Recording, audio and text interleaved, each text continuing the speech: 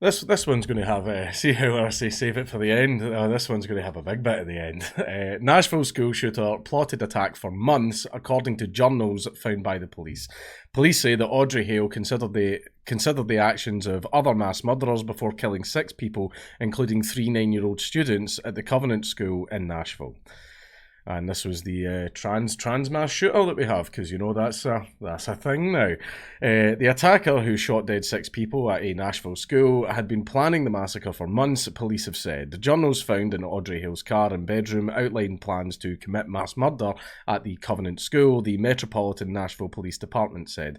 3 adults and 3 9-year-old students were killed in the shooting at the private Christian school on the 27th of March. Police said Hale considered the actions of other mass murderers, but are yet to establish a motive. The writings remain under careful review, the police department said. Apparently there was a manifesto and it's not yet been released, and it's never going to get released. Although I think we all know what it says. Hale, a former student at the school, shot a total of 152 rounds during the incident, including 126 rifle rounds and 26 9mm rounds before being killed by police. The 3 children who were killed in the shooting were Evelyn Dykehouse, Hallie Scruggs and William Kinney. The head of the school, Catherine Kuntz, 60, Mike Hill, 61, and 61-year-old substitute teacher Cynthia Peake were also killed. On Monday, students across Nashville walked out of class to protest gun violence at the Tennessee Capitol. Parents and children previously took to the Capitol on the 30th of March, holding signs such as "attending school should not be a death sentence." And there's victims. I'm just scrolling past it because, just makes you sad. Bill Lee, the governor of Tennessee, also unveiled proposals to allocate enough funding to place a school resource officer in every public school, as well as increase security in school buildings and boost mental health resources. By the way, security in schools is something like armed security is something that should be a thing. I'll save that for the end as well. His announcement on Monday marked the first public address the governor has made since the shooting.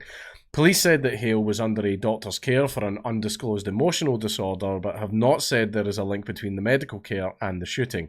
In the build-up to the shooting, Averiana Patton, a former basketball teammate of Hale, said the 28-year-old sent her Instagram messages in which they talked about not wanting to live anymore and said that their family did not know what they were about to do.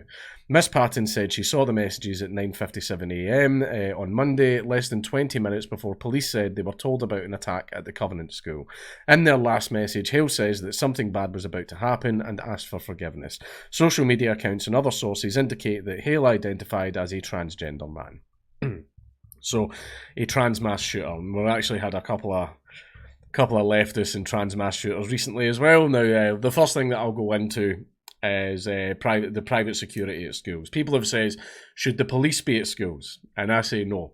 And a reason for that was something I actually didn't consider until a few days ago. If police are present at schools and they're dealing with stuff that's in the schools, like fights and violence and blah, blah, blah, then what that can result in is something that should have just been a detention is now a criminal record. So basically, they're going to come out of school with a criminal record, and that's going to absolutely annihilate their chances. Now, I'm not saying don't charge students with something. If it's something that's serious enough, like someone came into school with a gun or someone stabbed another student, then obviously, catch some charges, definitely for that. But see if it's something like 2 guys got each other in headlocks and had a little bit of a punch up in the locker room or something like that, break it up and give them detention. Right, that's boys being boys or something like that. However, if the police are present, the police will then have the police head on and go, that's assault, here's some charges, here's your court date, blah, blah, blah, here's a big criminal record. And you'll see a massive spike in kids having criminal records, and then when they get out of school, because they've got a criminal record, they can't get jobs anywhere. It can actually stop them getting into colleges and universities and stuff like that, and it's absolutely wrecked their chances over something that should have amounted to no more than a bit of detention. Right, so that's why I say no police in the schools. However, private armed security is absolutely fine because they don't have the power to charge. It'll be at their discretion. It'll be at their discretion whether or not they contact the police.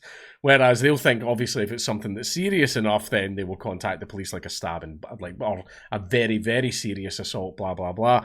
But their kids aren't going to catch charges. They'll just get taken to detention. But also because there is armed security stationed at the school, if anybody comes up and tries to, do the old rooty-tooty point and shooty, they will get dropped before they even get in the building. And also it'll create lots and lots of jobs.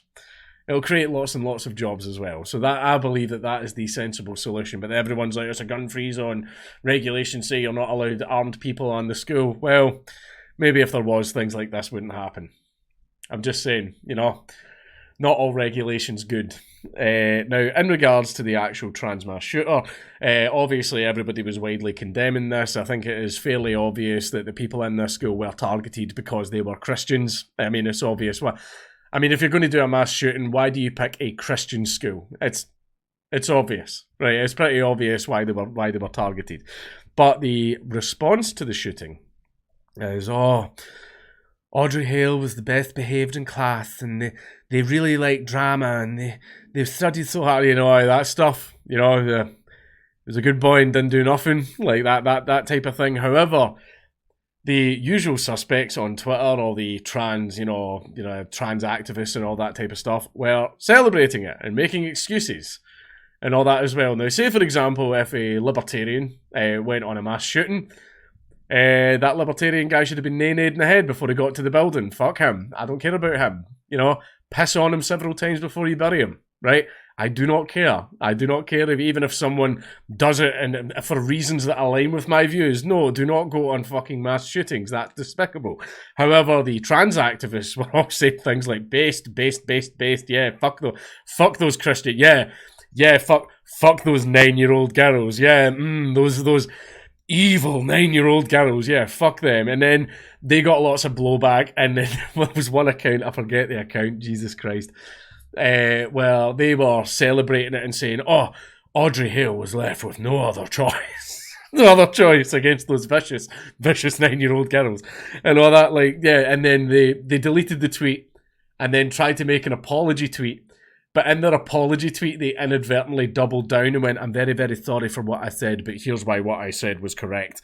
And all that. And it was celebrated. It was celebrated. People were cheering it on. People were happy about the fact that it happened. And everyone was going, oh, boo-hoo-hoo, poor Audrey Hale. Right? And the reason for that is trans violence is celebrated. Celebrated and encouraged. Right? They're totally allowed to get away with it. Behead bigots. Kill TERFs. And all that. Punch your local TERF Nazi, racist and bigot and stuff like that. And only Nazis, racists and bigots would be worried about that statement. Well, no, because we know that you don't mean Nazis, racists and bigots. You mean everyone that disagrees with you.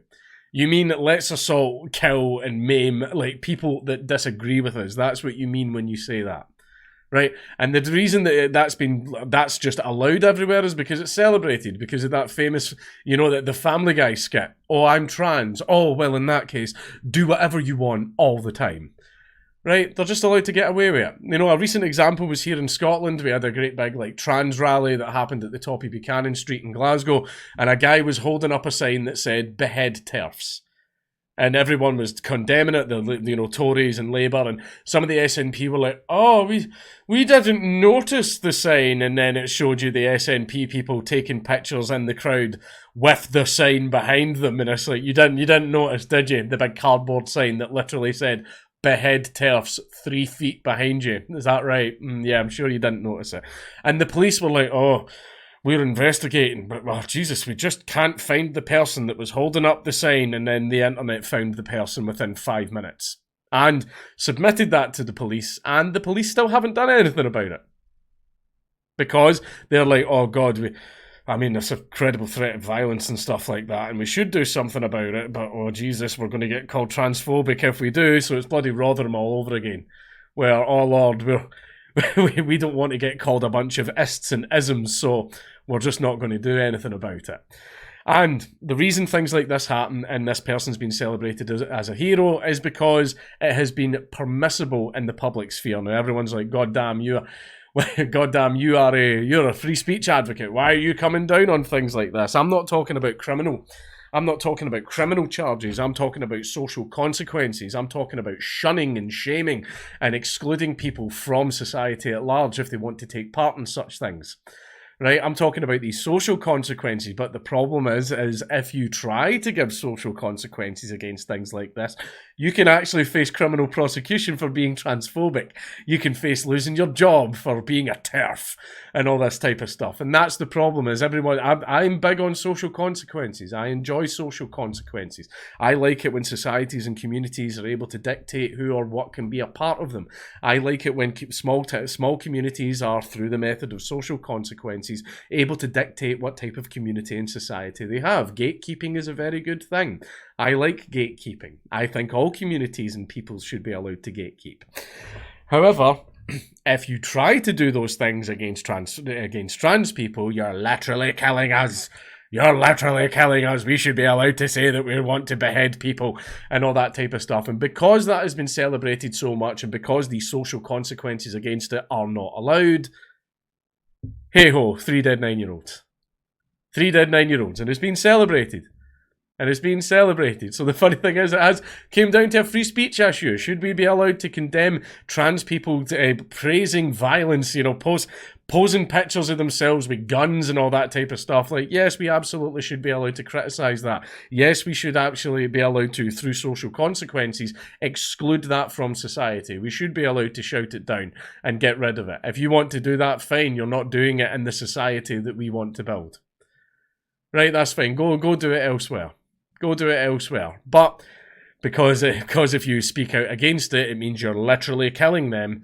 You're not allowed to administer these social consequences that would regulate this type of behaviour. And this type of behaviour is celebrated in the media and in universities, and everyone's like, yeah, slay queen. And fucking, I think they took that a little bit too literally.